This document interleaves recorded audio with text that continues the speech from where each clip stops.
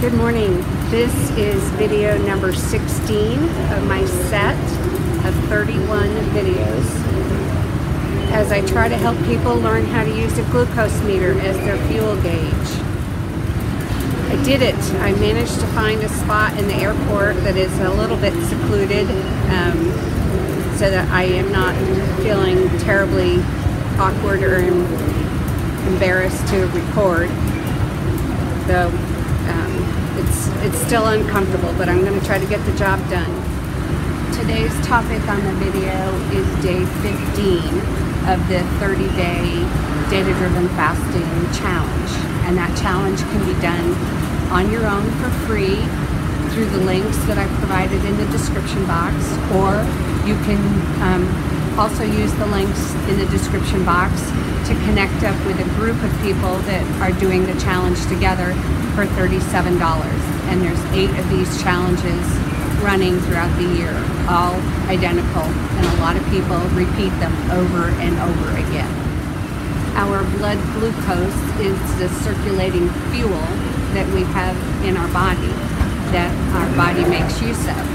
But when we go over about a teaspoon of that circulating fuel, a teaspoon of glucose, then our body needs to shuttle that off and into our cells, our muscle cells, our liver, and then once those areas can't take any more, then the rest of it is going to be stored as body fat. So I'll put up an image that shows the representation that we can our body really wants to maintain about a teaspoon of blood sugar in circulation. I also will have a link in the description box with an article about that that's not connected to DataDriven fasting. It's another resource. But our excess glucose can be converted to fat via a process called de novo lipogenesis. And de novo means from new, and lipo is a reference to fat, and genesis is the creation. So creating new fat in our body.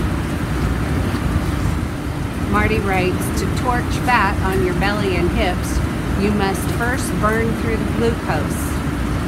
How well you're able to access this energy that you've stored registers on your glucometer an hour or 2 after eating as your blood glucose measurement. To use more of your stored body fat, you must first deplete both glucose and fat from your blood. I'll put up one of Marty's images that represents all the different fuel tanks that we have, or the tanks that we have to burn through, the order that it happens. And then after that runs by here on the screen, I'm going to put up another image that has a chart in it that shows all of the fuel sources: alcohol, ketones, excess protein, glucose, fatty acids, and then body fat. Body fat is the last one to get accessed. I'm on day 15 of this 30-day challenge, but I'm a few days ahead of the group that I'm participating live with.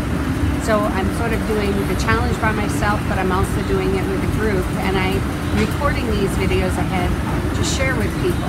So on day 15, that happens for those in the United States on a Saturday, and that's the day that we would be meeting by Zoom and be able to ask our questions live in the 1-hour Q&A session that is available to those in the paid challenge. So we get one of those every single Saturday of the challenge. We actually get 5 of them during the 30 days.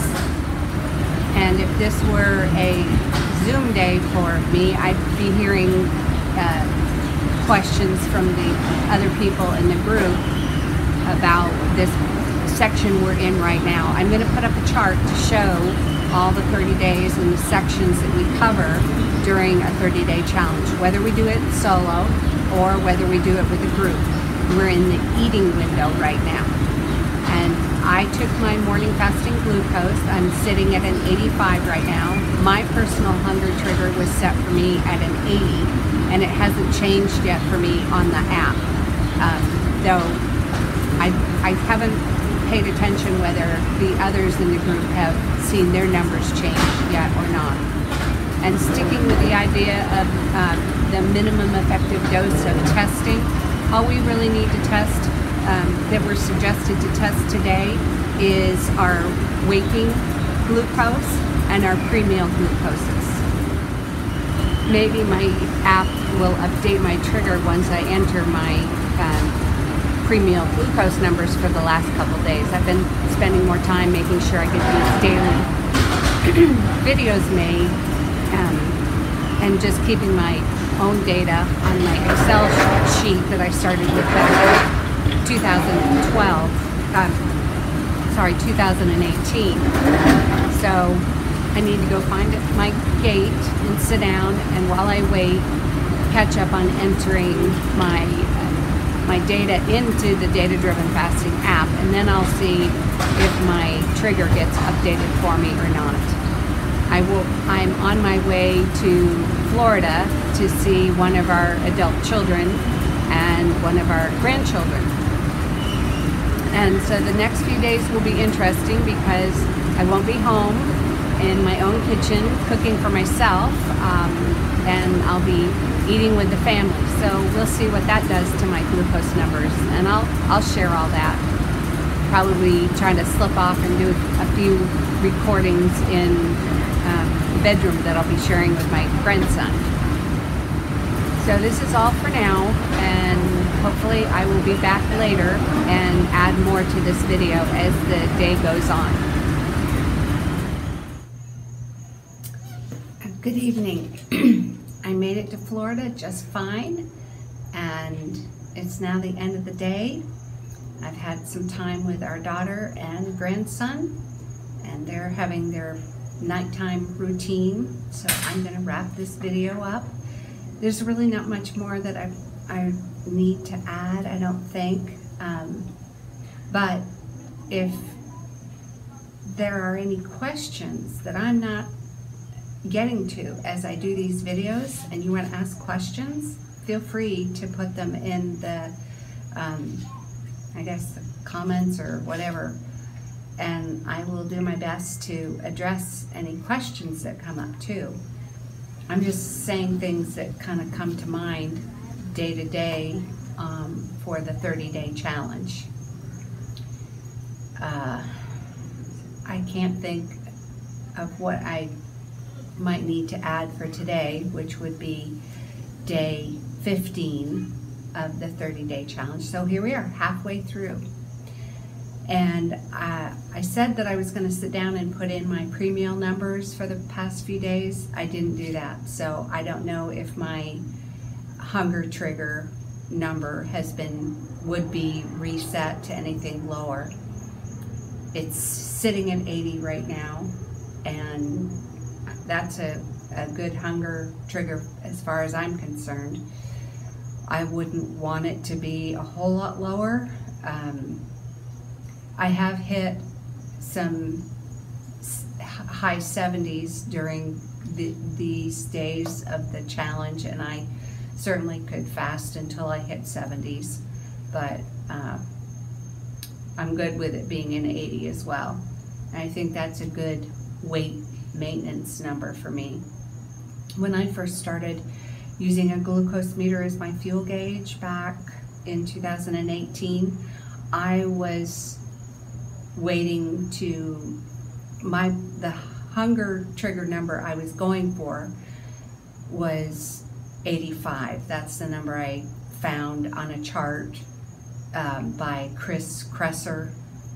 Well, I didn't find Chris Kresser's blog about that. It was actually Marty Kendall's blog that I found, how to use a glucose meter as your fuel gauge. But what sent me searching for information about the chart that I'll put up on the screen here was finding a chart by a TrimHealthyMama person who'd posted that she was using a glucose meter and waiting until her glucose got down to 85 before she was having her Trim Healthy Mama meals. I wish I could connect with whomever that woman was. I would, and I kick myself that I didn't take a screenshot of the post that would have had her name on it.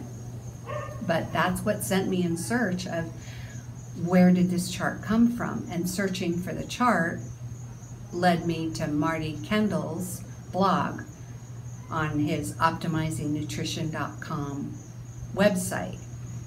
And when I found his blog, the chart was in there. He was using the chart from Chris Kresser, and I don't recall if he mentioned Chris Kresser in the article. I think he was using the chart from Chris Kresser, but he was definitely using the idea of wait until your glucose number gets down before you go ahead and eat. Use it as your fuel gauge. And then eventually I was trying to find the actual chart, and I have a post somewhere on my Facebook about finding that the article where the chart came from was Chris Kresser. I'll link that article in the description box of this video. Marty said he saw a book written by a woman. I found her book and got it and read it and wasn't all that impressed by it. And she was using the idea of using her glucose meter as a fuel gauge. So the idea isn't original with Marty, but he definitely has developed it into something usable for people by providing these data-driven fasting classes and coaching people through it, answering questions and whatnot. And he has his data-driven macros class, which is for the macronutrients, and he has his data-driven micros class for the micronutrients. And then he has all kinds of teaching blog posts that are available for free. His community is a wonderful place to hang out in, and you don't have to be doing one of his classes to be in the community. He's a very generous man. Anyway, so that'll be all for today's video. This wraps up video number 16 for day 15 in my set of 31 videos.